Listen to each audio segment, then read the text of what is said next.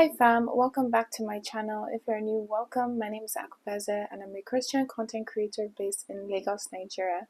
Back with another episode of my Women of Faith series in which we are studying the great women in the Bible and learning lessons from their faith.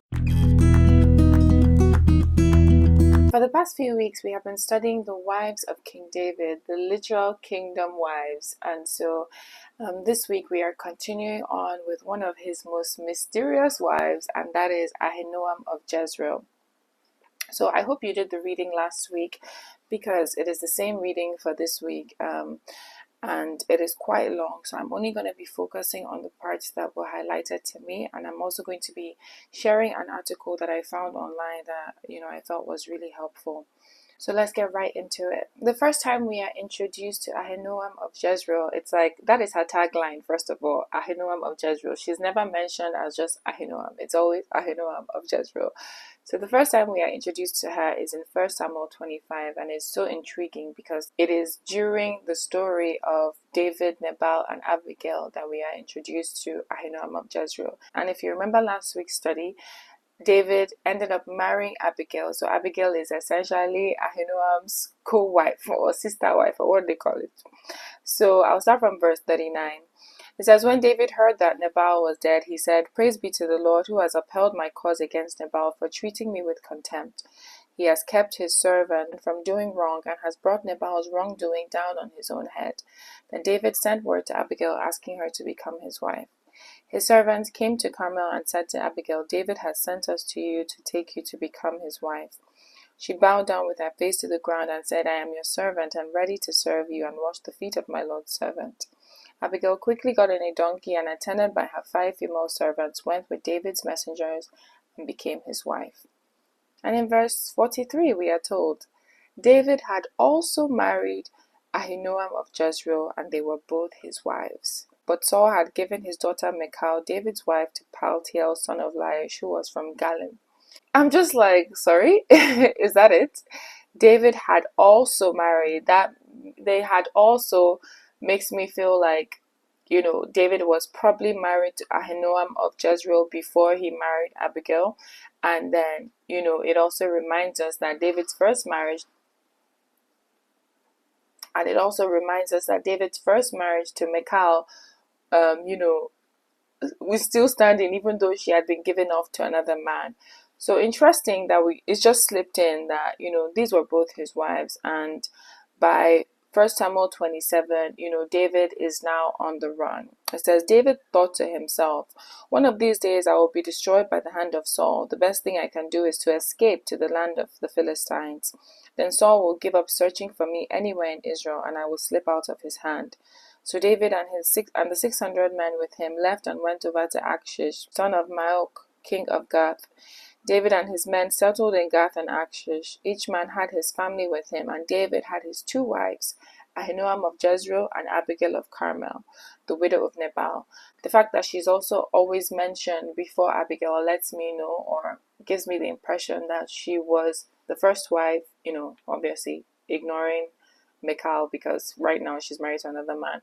She was the first wife, and then Abigail was the second wife. So Ahinoam and Abigail, they are always mentioned together. When Saul was told that David had fled to Gath, he no longer searched for him. And David said to Achish, "If I have found favor in your eyes, let a place be assigned to me in one of the country towns that I may live there. Why should your servant live in the royal city with you?" So on that day Achish gave him Ziklag, and it belonged to the kings of Judah ever since. David lived in Philistine territory 1 year and 4 months. Now David and his men went up and raided the Geshurites, the Girzites, the Amalekites. Whenever David attacked an area, he did not leave a man or woman alive, but took sheep and cattle, donkeys and camels and clothes. Then he returned to Achish. When Achish asked, "Where did you go raiding today?" David would say, "Against the Negev or Judah, and against the Negev of Judah, or against the Negev of Jerahmeel, or against the Negev of the Kenites." He did not leave a man or a woman alive to be brought to Gath, for he thought, "They might inform on us and say, 'This is what David did.'" And such was his practice as long as he lived in Philistine territory. Achish trusted David and said to himself, "He has become so obnoxious to his people, the Israelites, that he will be my servant for life." That line is so telling of what, mode, or should I say, what is going on in David's life at the moment, and what essentially this woman has married into.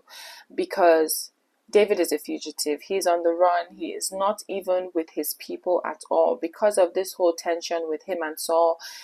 At first he ran into his people's land, but at a point, by 1 Samuel 27, he thought to himself, I can't stay here anymore. I need to go into the land of the Philistines, which is enemy territory, just so that Saul wouldn't be able to reach me. And even for Achish, who was the king of Gath, to have the impression that David has become so obnoxious to his people, the Israelites, it shows you how withdrawn he was. And so, it started painting the picture to me, the kind of person that Ahinoam of Jezreel and even Abigail, but I'm going to focus on Ahinoam.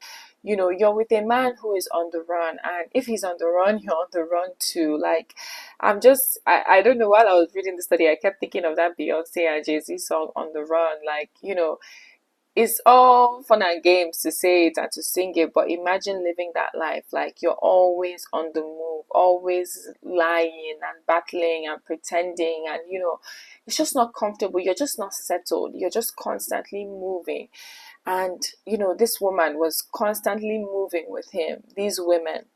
And in 1 Samuel 30, we see in reality, it comes to a head where they are actually now in the line of danger, because we are told in verse 5 that David's 2 wives were captured because, when he had destroyed the Amalekites, they decided to, take out their own revenge and come after him and his people, and they destroyed their camp and took captive their women and their sons and their daughters. And so, David's 2 wives were part of it. And so, David, obviously being the valiant man that he was, did everything that he could. And by verse 18, we're told that he recovered everything the Amalekites had taken, including his 2 wives. Nothing was missing, young or old, boy or girl, plunder or anything else they had taken. David brought everything back.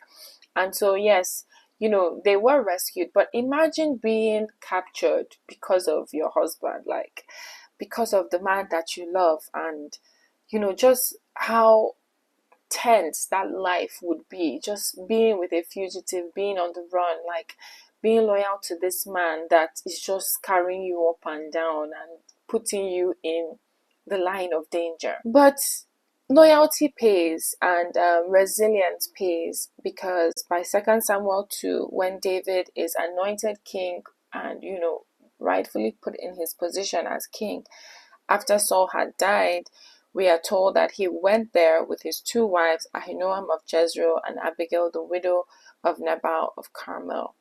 And so essentially, this woman who was on the run,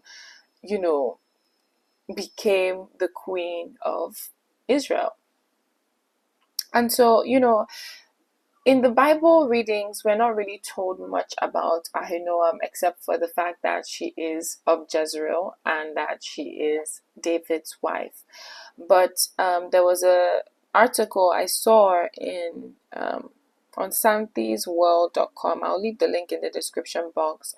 And it basically breaks down the historical context of David's wife, Ahinoam, and the lessons that we learn from her. It shares that Ahinoam married David during his fugitive years as he was fleeing from King Saul.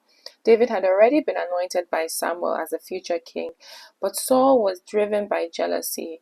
Saul, driven by jealousy, sought to kill him, and in this tumultuous period, David took refuge in the wilderness of Judah, where he married Ahinoam, a woman from Jezreel, and Abigail, the widow of Nabal. These marriages likely served to forge political alliances and strengthen David's support in the region as he consolidated his power and prepared to ascend the throne. Ahinoam's presence during this challenging time highlights her role as a faithful wife and companion to David in his struggles. Ahinoam's role in David's life went beyond being his wife. She stood by him during his most tumultuous years as a fugitive, sharing the hardships and dangers that marked his rise to power. Her presence provided emotional support and stability in a period of uncertainty and conflict. Ahinoam was captured, but David rescued her. demonstrating his commitment to his wives. When David became king in Hebron, Ahinoam was crowned queen, solidifying her status and influence. Her story highlights the importance of marital alliances in ancient Israel and the crucial women played in supporting their husbands during challenging times. Now, is that line for me? And we're going to break it down. It says her story highlights the importance of marital alliances in ancient Israel. Let's start with that. And to start with that, I'm going to go to another article because I just found it so interesting that she was always called Ahinoam of Jezreel. Like nothing is in the Bible by mistake. So I wanted to know, why was Jezreel such an important place in the Bible and in the kingdom of Israel? Why was it an alliance that was being forged by him marrying Ahinoam?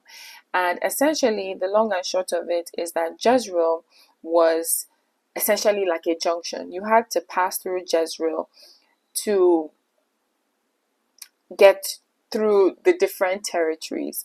And so it says, in times of war, the king and his troops had to be stationed at Jezreel, for Jezreel was the springboard to the east. The road south to Samaria began at Jezreel, and that road had to be protected at all costs. For if Jezreel fell, Samaria would fall, and if Samaria fell, then the kingdom would fall. And in the Q&A in the comments, you see somebody asking about, the military necessity of Jezreel, but also stressing that wasn't it also economically important? And it was, because the writer said, I also believe that Jezreel did have a strategic role long before the founding of the kingdom of Israel. As I mentioned, it is hinted in the book of Samuel. Our survey and recent excavations highlighted the long occupational history of Jezreel at the junction of these two important highways that were essential trade routes on a daily basis and crucial military arteries only intermittently. Therefore, Jezreel must have served an economic role, but that role is not so dominant in the historical and archaeological record. So long story short, yes, it was an important marital alliance, because not only for military importance but economic importance, Jezreel was such a strategic location. And so for, Ahinoam to have been from Jezreel, she played an important role in forging that alliance in David's life. And then the next thing that is said is that her story highlights the crucial role women played in supporting their husbands during challenging times. And I think this one is so very important for us, because yes, I think alliances are not so obvious these days, but I definitely do think they still play a role. Like, when you marry somebody, you marry their family, you marry their community, you are forging a bond, like, that alliance is building. But the one that I feel is very relevant to us is, the role that we can play in supporting our husbands during challenging times. One thing I've noticed is that, a lot of us in this generation, especially because we've seen our mothers, we've seen our aunties, we've seen the women of old, suffer in vain. It seems like, which kind right or that am I doing? Which kind, loyalty is this? If it comes to me, if it's detrimental to me, I'm out of there. But when you actually study these kingdom wives, they were not out of anywhere. Like, they were there till the end. And it paid off, because yes, she was captured. Yes, she was on the run with this man, but she eventually became the queen of Israel. And so, it's encouragement for us, because we're so short-sighted. I am so short-sighted. And, it's something that as I'm preparing to get into marriage, I'm really thinking about that. How do I program my mind to be there for the long run, to stick it out, and support my husband during those challenging times, knowing that there is a crown, a reward at the end of it. There's even that Bible verse that just came to my mind. In James 1 verse 2, it says, "Blessed is the one who perseveres under trial, because having stood the test, that person will receive the crown of life that the Lord has promised to those who love him." And of course, it is a spiritual crown here, but sometimes it can be a physical crown too, like, just riding and holding on and supporting your husband through challenging times is what may be needed, is what may make up your life story, because that is all I can really pick up from Ahinoam's story. Of course, we can recognize the alliance, the importance of the alliance, but we don't really see how that plays out. But you see how it plays out, the fact that she was there supporting her husband through challenging times.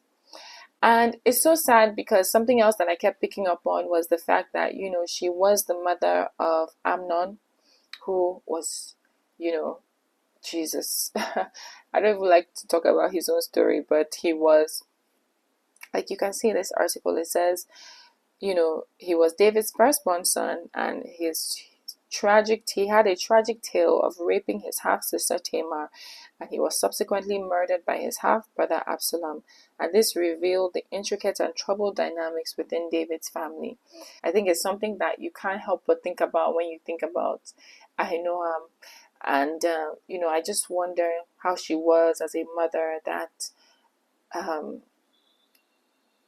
her son turned out that way. But I know you can't blame the parents, but yeah, I don't know. It's just something complicated, something that struck me while I was thinking about her story and her life and doing research into her.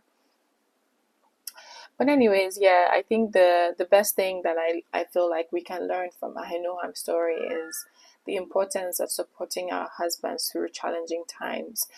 And, you see this quiet strength in her because she never talks. We don't hear anything from her throughout. And so, supporting our husbands through challenging times quietly as well. You don't have to be shouting to everybody, oh my God, I made him, I built him from scratch. I'm the one that was there from the beginning till the end.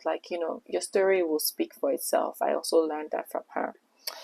Anyways, so for next week, we are going to be moving on to the others, because David had many wives and many concubines. And to study that, we'll read 2 Samuel 3 and 2 Samuel 5. And, like we just spoke about the dysfunctional dynamics in David's family, I believe that this whole, polygamous structure that he had going on definitely affected his legacy. And we'll see that when we read the others. So I hope to see you next week. I love you, but never forget, Jesus loves you the most. Bye, fam.